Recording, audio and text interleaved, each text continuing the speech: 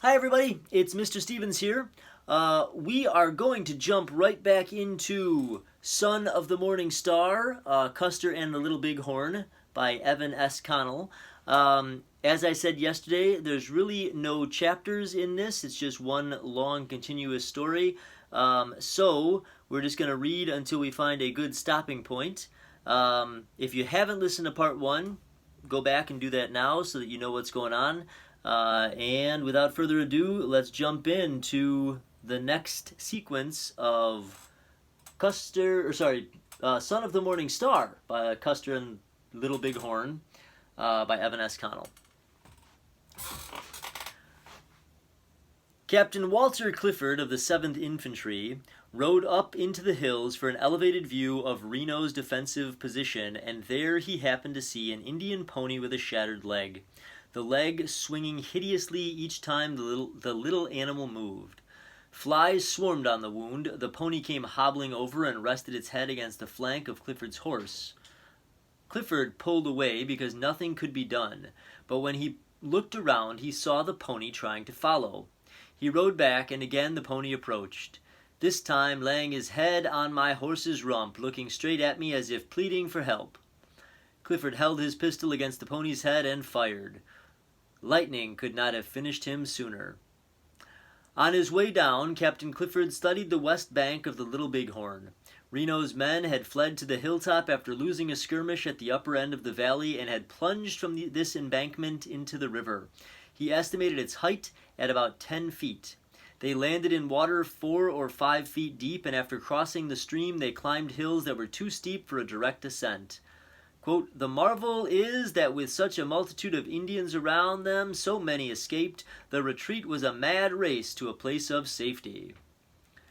Preparations were begun to carry Reno's wounded troopers to the mouth of the Little Bighorn, where the steamer Far West was waiting, moored to a cottonwood tree. Private White was one of the men assigned to collect material for litters, and he reports that at first they cut saplings, but then realized it would be easier to obtain poles by tearing apart Sioux burial lodges.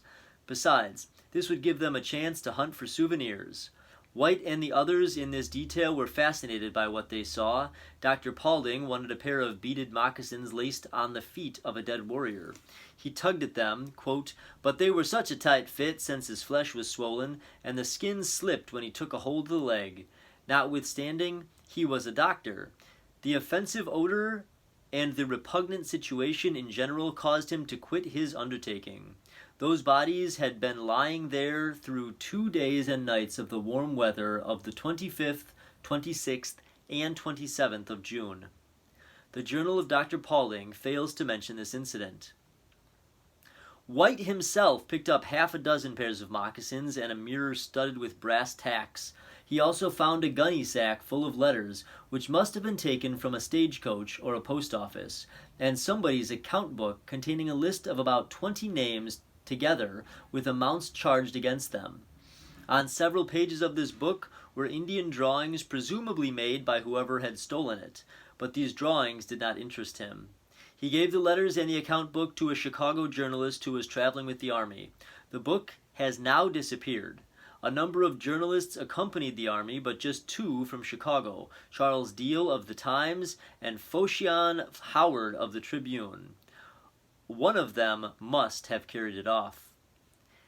Except for the tack-studded mirror, which in photographs suggests medieval Viking artifact, White lost his Sioux memorabilia when some person or persons unknown ran away with a bag containing the moccasins.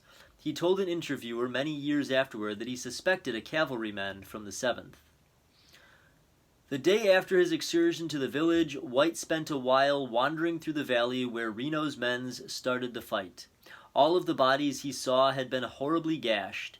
Entrails protruded, heads, feet, arms, legs, and hands were chopped off. He noted just one exception, a trooper lying almost hidden beneath the belly of a horse. This man had not been found by the Indians, and before dying of his wounds he must have gone mad with thirst, because he had thrust his head between the animal's hind legs and opened a haunch with his knife. The knife lay on the ground beside his right hand. His left hand clutched a tin cup in which there were a few ounces of clotted blood. In 1920, ex-private William Slaper described what he saw in the valley to historian E. A. Brinnenstuhl. Quote, Corporal Henry Scollin of M Troop was found badly mutilated with his right leg severed from his body. Jim Turley's body was found with his hunting knife driven to the hilt in one eye. Scollin felt some deep apprehension. On June 24th, his bunkmate, Private Daniel Newell, went for a dip in Rosebud Creek, and when he returned to camp, he noticed Scollin writing in a diary. Quote, If anything happens to me, Scollin said, notify my sister Mary, who lives in Gardiner, Massachusetts. My name is Henry Cody. This was the second time within a few days that he had told Newell his true name.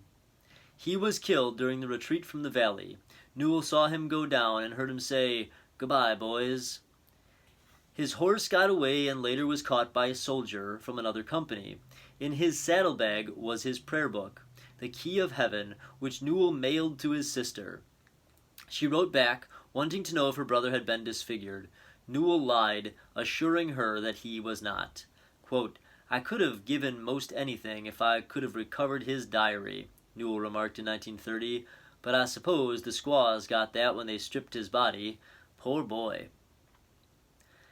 An engineering officer of Gibbon's command, Lieutenant Edward McClernand, jotted down a few reflections while passing through the valley. He noted that the region had been scouted by the previous April, at which time some Crow guides, well aware of Sioux nearby, had left an ideograph for their enemies to find, an empty bread box decorated with charcoal drawings. These pictures informed the Sioux that they were going to be wiped out, and the Crows stuffed grass in the cracks of the box to indicate that this would happen in the summer. Considering the great amount of territory scouted by Gibbon's patrols, McClernand wrote, It was strange that this bread box should have been left just a short distance from the actual site of the battle. Here on the valley floor at the south end of the Sioux-Cheyenne encampment, the battle may have been resolved before Custer himself fired a shot. In 1883, an Unkpapa Sioux woman told of being here when Reno charged. She thought the man who led the attacking troops must have been drunk or insane. Quote, He had the camp at his mercy and could have killed us or driven us away. Instead, Reno's men dismounted and formed a skirmish line. Then they began to retreat. They ran very fast, she said, dropping guns and cartridges. She was disgusted by the conduct of these whites, saying they must have been seized with panic worse than that which seized her own people. Things looked different from the troopers' point of view. They saw hundreds of Sioux galloping from Unkpapa village, stretched out flat on their ponies or clinging to their far sides. Bullets began pattering into the earth. Private William Morris said so many bullets hit the ground that he got dust in his eyes. Sergeant John Ryan remembered that when the order to dismount was given, they were in a prairie dog town and the men employed these little cones of earth as breastworks. Ryan says nothing else about the defensive posture, but he and every other soldier knew that a prairie dog mound would not deflect a bullet or an arrow. Most of the warriors rode back and forth, yelping and firing at the prone troopers, but some turned the west end of the line, intending to surround them, and when this happened, Reno's battalion withdrew toward a strand of cottonwoods beside the river. Trees offered more protection than prairie dog hillocks, and several military analysts believe Reno should have stayed there instead of doing what he did.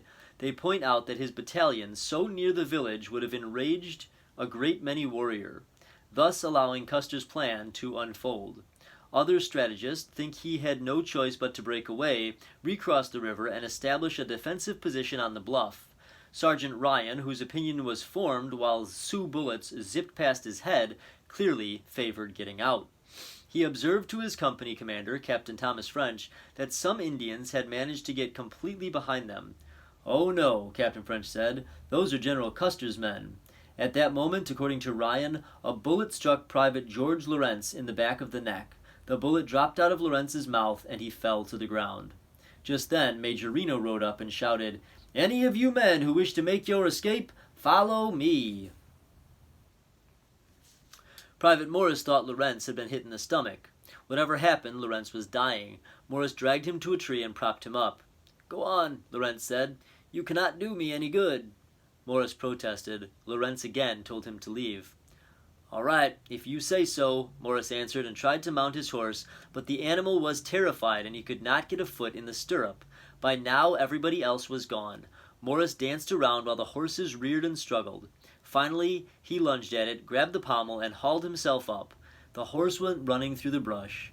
I on my stomach across the saddle. The Indians were closing in. 2 Indians got so close to me that I thought they were going to lasso me.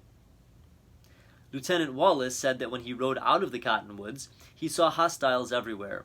Reno's troops were in a column of 4s, and the Indians would give way to let them pass, then start firing.